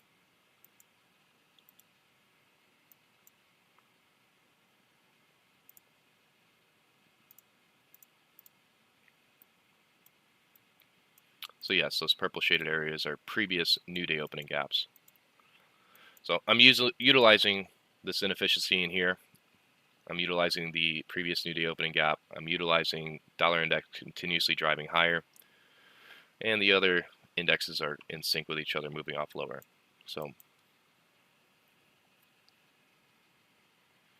do I use standard deviations? Not so much. I'd rather just look at the draw on liquidity and where price should draw to versus a standard deviation where that's telling me.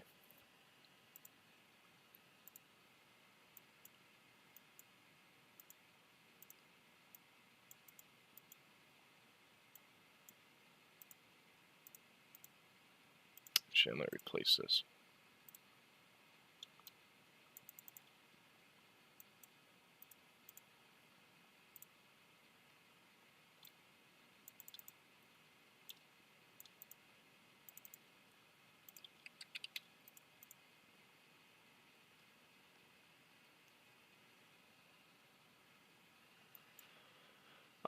Yeah, I mean, it could trade up into that, but the fact that the 5-minute is here, that's the parent, and we have the discount level of the new day opening gap, and then this inefficiency here.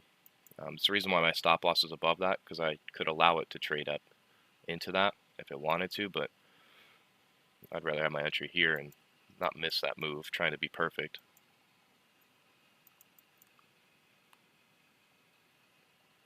No, I'm more like discretionary, where if I can see a certain position moving a lot lower or a lot higher than what I was anticipating, then I would just pull parcels off, protect myself. I don't think having a strict RR is bad either. I think that's a very good strict discipline to have, but sometimes I think you're leaving profits on the table, and if you can see that through enough experience, then leave the position on for runners.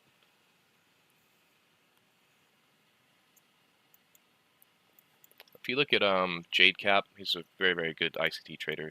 You know, pulled millions of profits from prop firms. He talks about it all the time. He's a discretionary, trader where if he sees a position running more than what he thought, then he's going to leave the position on. Sometimes you're not, you can't predict certain moves and how far sometimes, and sometimes you get in a good position where you can just leave it running and just let it do its thing. But if you like to be very mechanical and like to have strict RR and you just go for 1R, 2R, I don't see an issue with that either.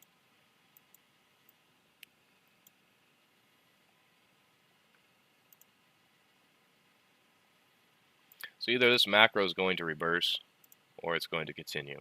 That's the way I'm looking at this macro time. Actually, I don't like those lines.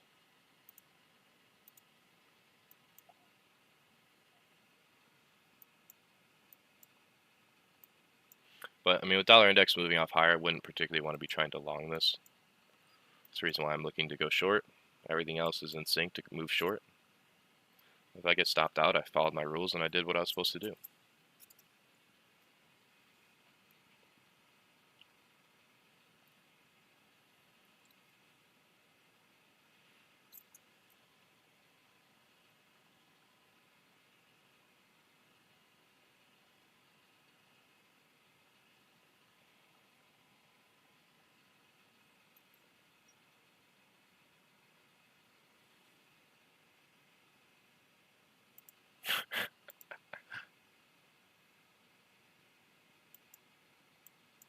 Yeah, premium discounts are great, man. I mean, market moves from premiums to discounts to inefficiencies to efficiencies, rebalancing, balancing. It's whole market.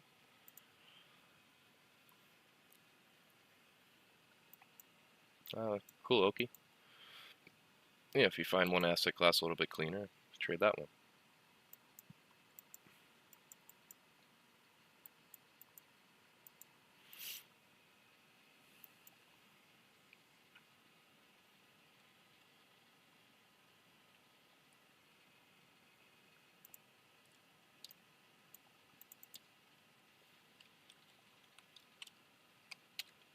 So this is my time zone, the macro.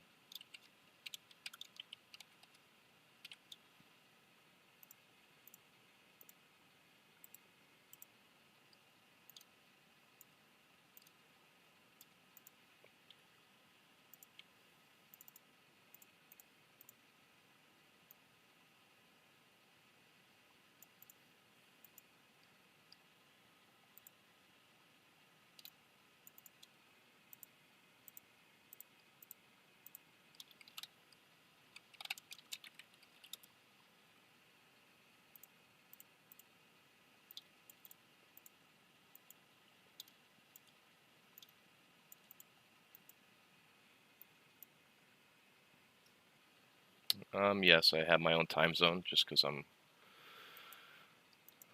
more adjusted to it. I've used it my entire career, so I know ICT says to use New York local time, but I just utilize my own because it's what I've done for the last 6 years, so it's easier for me. I get a lot of questions on it, which I understand. But if I switched to New York local time, I would be more confused right now than anything. So I just know where New York local time is, what time zones ICT is referring to, and then I would just pair it with my own.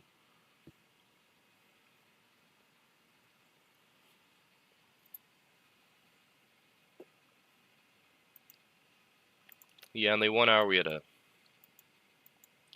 retraced down into basically the mean threshold of this bull shorter block. So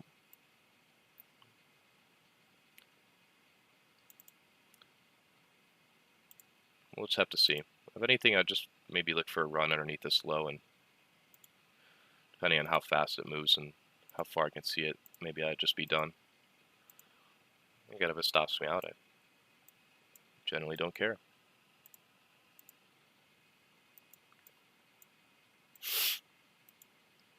And that'd be it for the day. I mean, I'm not going to do anything else.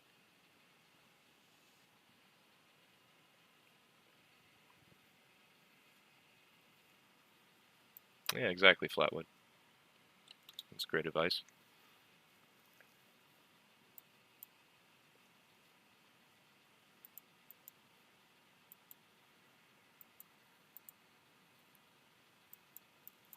I think somebody asked about the macro. The macro, yeah, it can induce volatility, but if price has already moved a lot, sometimes it's not gonna do anything. But it's just a good time zone to look at.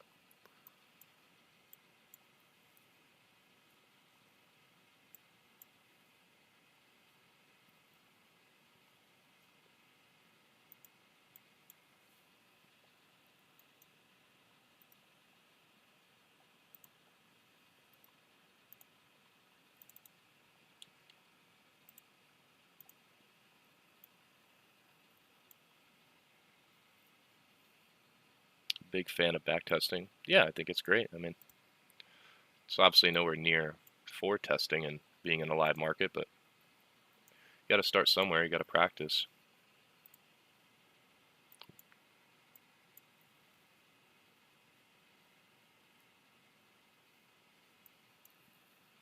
Yeah, DG, I would say the same.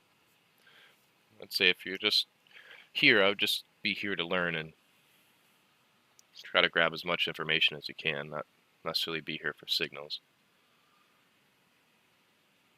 All right, Wolf, have a good rest of your day. What prop firm do I recommend? My Funded Futures is fantastic. I'm with them, and they've been nothing but great to me, so I would recommend them.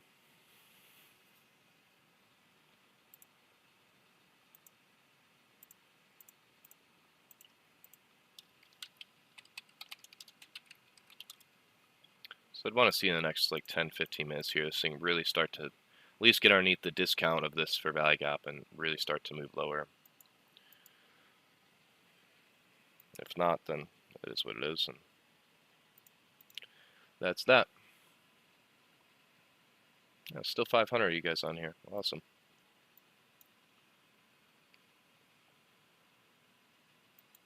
Ben.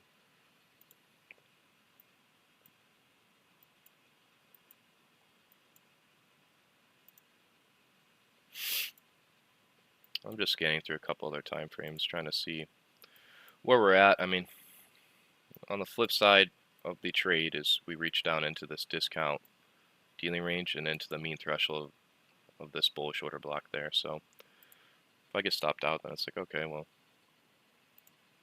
it's probably the reason why, and that's that. But you have to lean on some type of idea and obviously go with it. Uh-oh.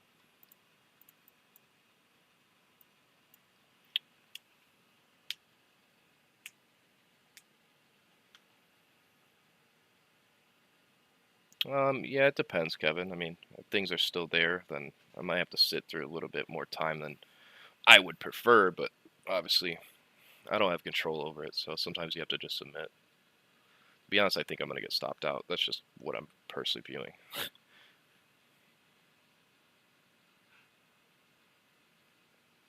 All right, Vigo, have a good rest of your day.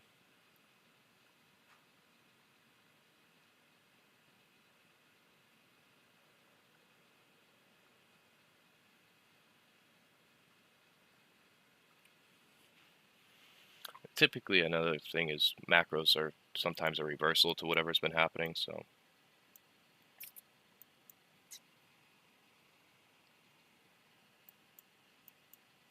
But again, you don't see me freaking out or upset. It's a model. I mean, last week and this week, I mean, I've taken 2 trades so far. So there's a stop out. I have no feelings against it. Okay, how do I? Well, this is saying to set a stop. Oh, geez, almighty. There we go. I don't know what's going on with my quant tower. Yeah, I mean that's basically it for the day. I mean, I don't see anything else. Am I mad or upset? Nope. It is what it is.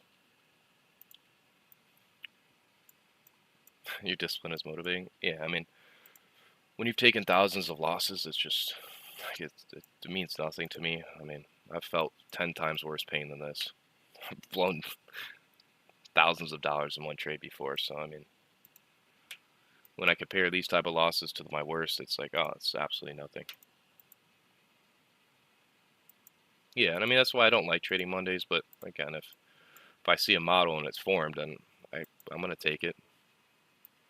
In hindsight, yes, I would have liked to have taken that short instead of the one that I took. But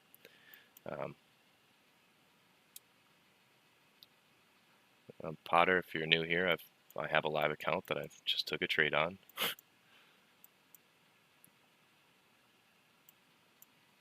All right, A7.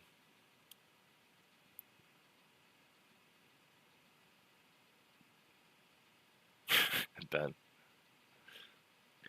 Yeah, I think that's going to be it for today's stream. Hope you guys at least enjoyed. I mean, I know some people are going to be upset. Oh, you got me stopped out. But I generally don't care. It's your money, it's your decisions. So that's going to be it for today. I will be back here tomorrow, live streaming. And until tomorrow, good luck and good trading, everybody.